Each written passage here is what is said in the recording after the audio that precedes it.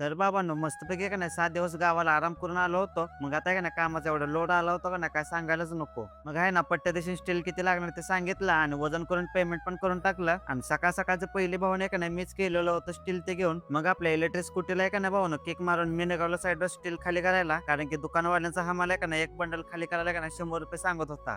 मग मीच माझे डोकं लावून आहे का नाही व्यवस्थितपैकी खाली करून घेतलं. ते कधी आहे का नाही भावानो असं साईडवर कामं पण करायला लागते ते. पुढाऱ्यासारखं थांबून जमत नाही भावांनो. या साईडवर आहे का नाही भावानो खिडक्या आणि चौकटीचं म्हणजेच की लॅप लेंटल वाराचं काम चालू होतं.